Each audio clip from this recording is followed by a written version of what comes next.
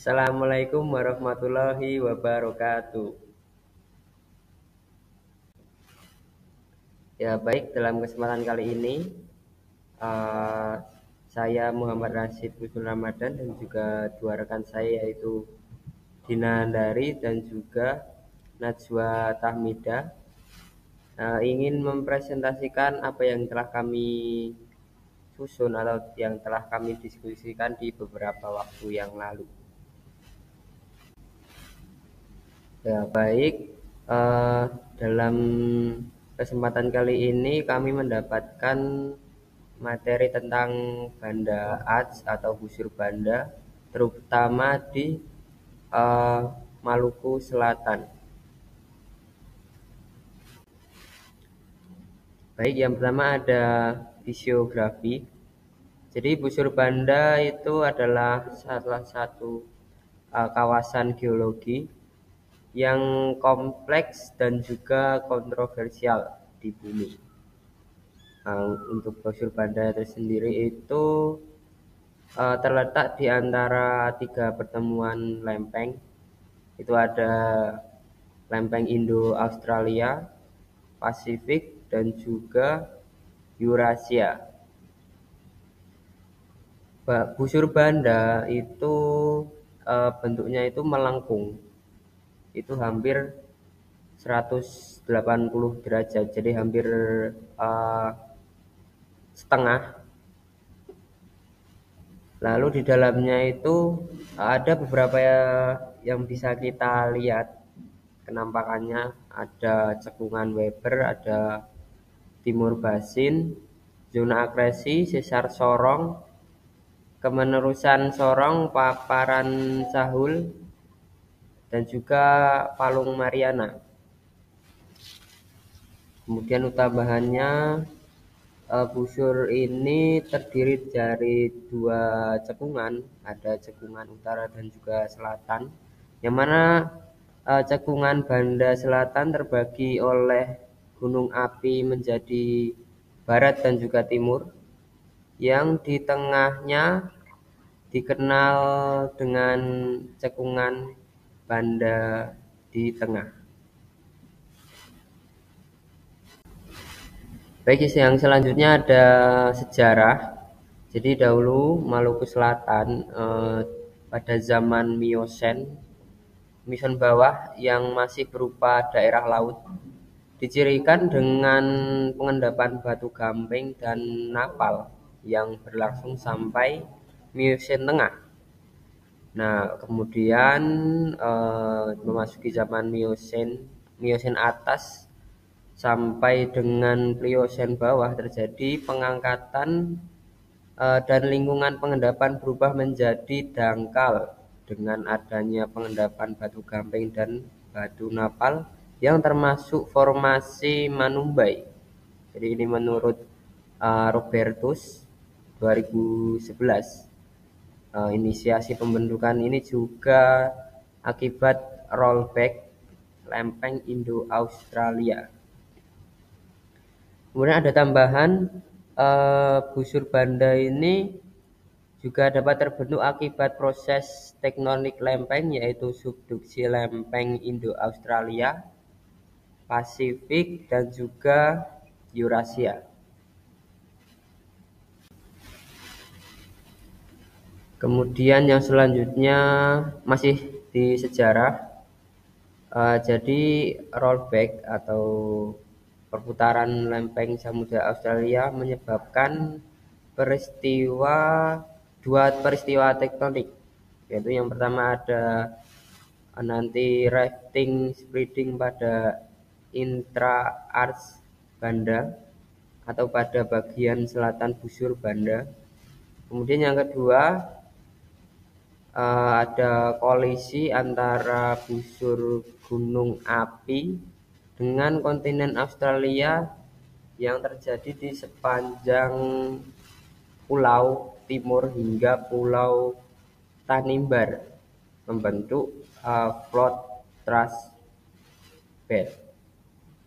Jadi kalau kita amati di gambar ini, ada tumbukan antara dua lempeng Indo-Australia dan juga Pasifik, yang mana harusnya itu kalau ada tumbukan dua lempeng itu terjadi fenomena subduksi. Nah, tapi pada kasus ini atau pada peristiwa ini, lempeng Indo-Australia itu justru membelok atau melengkung yang nantinya membentuk seperti busur ya.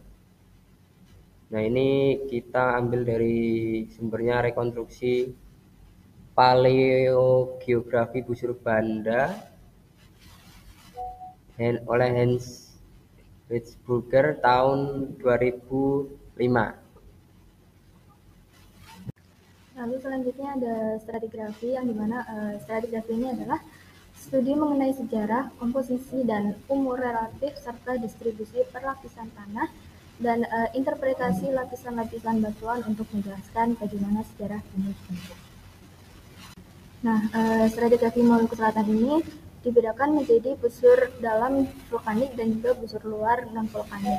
Nah, batuannya terdiri dari batuan gamping, napal, abut lumpur gamping, dan juga endapan aluvinium. Selanjutnya, stratigrafi Maluku Selatan ini pada Banda Art terdiri dari 3 sekuens utama, yaitu yang pertama ada Gondwana sequence dari zaman Permine sampai zaman Jura, yang terdiri dari Cagneyno Group dan Ailu Metamorphic Complex. Yang kedua ada Australian Pacific Margin Sequence dari zaman Jura Tengah, dan yang ketiga ada Banda Terrain yang terbentuk selama Great Indonesian Arc dari zaman Cretaceous hingga Miocene, yang terdiri dari fragmen metasedimen dan batuan metamorf. Selanjutnya ada vulkanisme busur banda. Vulkanisme busur banda dibagi menjadi dua, yaitu Inner Banda Arch, yaitu wilayah vulkanis atau bagian dalam busur banda, dan Outer Banda Arch atau wilayah non-vulkanis, yaitu bagian luar busur banda. Dalam gambar, wilayah dalam busur banda atau vulkanis merupakan wilayah yang berwarna merah, sedangkan Outer Banda Arch adalah wilayah yang berwarna biru. Aktivitas vulkanis ini membentuk busur banda dalam akibat peluburan lempeng tektonik karena adanya subduksi lempeng sehingga membentuk jajaran pulau serta gunung berapi. Flores dan sekitarnya didominasi oleh batuan-batuan vulkanik yang umurnya relatif lebih muda dibandingkan Pulau Timur dan Pulau Sumba.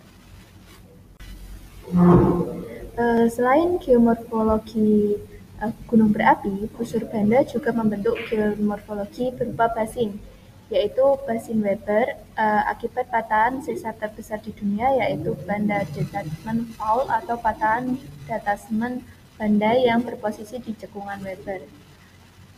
Kemudian pembagian wilayah busur banda vulkanis atau Inner Banda Arch adalah meliputi Pulau Flores, Lembata, Alor, Wetar, kemudian melengkung dan naik ke bagian selatan Pulau Seram dan Pulau Buru. Kemudian untuk busur banda non-vulkanis ada Pulau Sabu, Rote, Timur, yang kemudian naik dan melengkung ke Kepulauan Tanibar dan Kepulauan Kek hingga sampai Pulau Seram dan Buru. Baik, selanjutnya ada hasil proses geologi dan juga geomorfologi.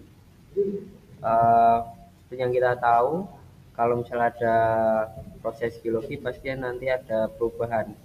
Nah, ini hasil dari perubahan itu ada beberapa. Yang pertama ada topografi yang beragam.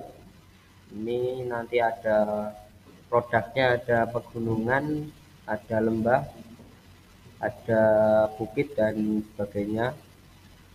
Kemudian kepulauan. Proses geologi yang kompleks mengakibatkan pembentukan banyak pulau kecil. Jadi kalau kita lihat di Maluku, khususnya Maluku Selatan itu juga memiliki demikian pulau-pulau kecil. Kemudian yang ketiga ada gunung berapi.